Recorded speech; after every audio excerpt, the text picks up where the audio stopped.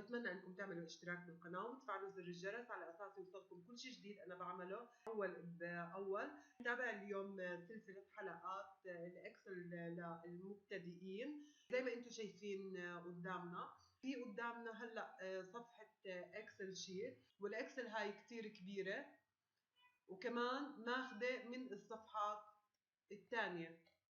فبنلاحظ انه اذا بدنا نعرف معلومه، مثلا بدنا ناخذ هذا الرقم، ما بنعرف هذا الرقم لشو بخص وما بنعرف اي معلومه عنه، هو مجرد انه رقم، فراح نضطر انه نحط المؤشر عليه ونطلع لفوق ونشوف انه اقتطاعات الشركه للضمان الاجتماعي، وبدنا نعرف اي موظف لازم نتحرك على اليمين عشان نوصل لاسم الموظف. فبنشوف انه هو اقتطاعات الضمان الاجتماعي للموظفين اشرف زهير خالد. فاحنا لما بنصير بهاي المرحله انه عندنا صفحه الاكسل كثير كبيره، وبتصير من الصعب عندنا انه نروح نطلع على اساس انه نشوف المعلومات، سواء نطلع للاعلى عشان نشوف التوبك او نروح لليمين على اساس نشوف لنفرض في الحاله هاي اللي هو اسم الموظف. فالاكسل اعطانا حل لهاي المشكله، نساوي شغله اسمها تثبيت الخلايا، انه نثبت خليه معينه، ومن طريقها بصير نقدر نثبت اما روز وبنقدر نثبت اما عمود اللي هو الكولوم. فاليوم الموضوع كتير سهل، ما بده ولا اي شيء، استيعابه راح يكون برضه بسيط، بس لكن انه يعتبر من الاساسيات للاكسل، واي مبتدئ بالاكسل لازم يعرف عن هذا الموضوع. فخلينا نشوف شو راح نعمل اليوم. بنروح نثبت خلية او سطر او عمود، بدنا نروح على الفيو. تمام، اول اشي لازم تلاحظوا شغلة، انه هلا الفيو عندنا هون مبينة انها شغالة تمام، لكن احيانا لما بنكون مثلا حاطين على البيج لاي اوت بنشيل النورمال، لنفرض تمام شلنا النورمال وحطينا البيج لاي اوت، بنلاحظ انه الفريز طفت، بطلت شغاله. لو حطينا شلنا البيج لاي اوت وحطينا البيج بريك تمام، بنلاحظ كمان بنفس الوقت انه الفريز اشتغلت. فعلى اساس انه بدنا نشغل الفريز لازم يكون مش على البيج لاي اوت، لازم نطلع من البيج لاي اوت ونحط اما على النورمال او على البيج بريك بريفيو.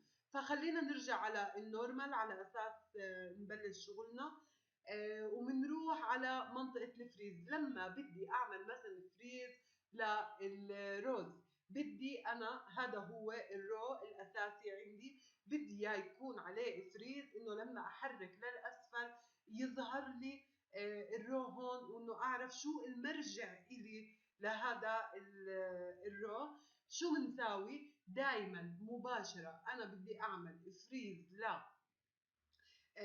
هذا الخط اللي هو هذا هون اللي هو رقم 6، رو رقم 6، بحط المؤشر على رو رقم 7 تمام.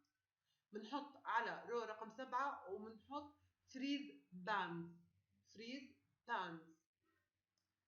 وهيك بنكون عملنا فريز. ولاحظوا هيني عم بنزل لتحت ولسه الفريز يلي هون موجود، فانه بصير في عندي مقدره انه لما بدي اجي اروح على اي سيلز هون انه اعرف هي لايش تابعه. يعني مثلا بدي اجي هون، هي عرفت انها بدل تنقلات، بدي اجي هون بدي اعرف انها صافي الراتب المستحق او اجمالي الراتب المستحق. هذه اول نقطه عندنا اللي هي الفريز روز. اذا بدنا نشيل الفريز بنرجع لها وبنحط ان فريز، بشيل الفريز كله. لنفرض انه انا كمان بدي اعمل فريز للعمود الاول على اساس انه لما بدي امشي اعرف لاي موظف التابع الرقم هذا. شو بنساوي لما بدنا نعمل فريز للعمود؟ بنحط المؤشر على العمود يلي بعده، بنحط المؤشر على العمود. دائما اعرفوا اللي بعد مش اللي قبل. دائما بنحط على اللي بعده، يعني بالروز حطينا على اللي بعد الروز اللي بدنا اياه. هلا احنا بدنا الكولوم بي، فبنحط المؤشر على الكولوم بي وبنعمل فريز باند. تمام. هلا صار عليه فريز. لما بدي امشي شوفوا عم تتخبى المعلومات. اوكي، بس اول واحد هيوته موجود عندي. تمام، موجود عندي، فبقدر اعرف كل اشي لاي موظف هو تابع.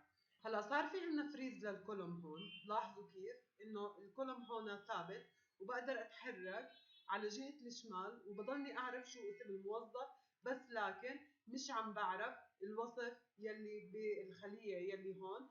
فشو بنعمل عشان نعمل فريز للكولوم والروز بنفس الوقت؟ للكولوم يلي انا بدي اعمل له فريز، ولا الرو كمان اللي انا بدي اعمل له فريز. نرجع لنفس اللي كنا عليه.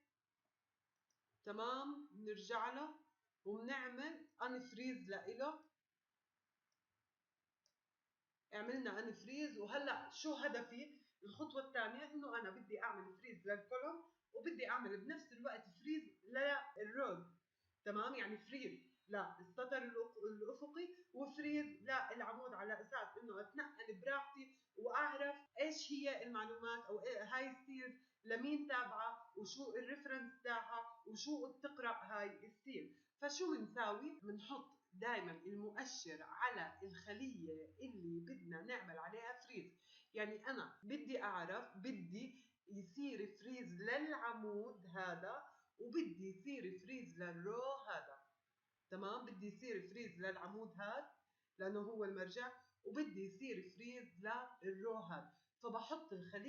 فبحط المؤشر على الخليه بي 7، وبروح لمنطقه الفريز باند وبعمل فريز باند لإلها. شوفوا شو راح يصير. عم بنزل ضلت مفرزة هون، وعم بمشي هيك ضل هون مفرز، وهيك بتصير صفحة الإكسل شيت أسهل إلنا لما بدنا نقرأها. نرجع هون مرة تانية. شوفوا كيف صارت، كيف صفحة الإكسل سهلة. يعني مثلا أنا جيت على السيل هاي، تمام، اللي هي الاي 17، باجي بقراها بكل بساطه. هي عباره عن انه الموظفه رباب اخذت عقوبات اداريه مقدارها 0. بس لاحظنا انه لو ما كنا عاملين فريز للشيء، انه ما راح نقدر نقرا بيانات الاكسل. فهذه هي الطريقة اللي بنعمل فيها فريز للخلايا. بتمنى انكم تعملوا اشتراك للقناة وتفعلوا زر الجرس على اساس يوصلكم كل شيء جديد انا بعمله اول باول. ودائما ما تنسوا شعارنا بهاي القناة: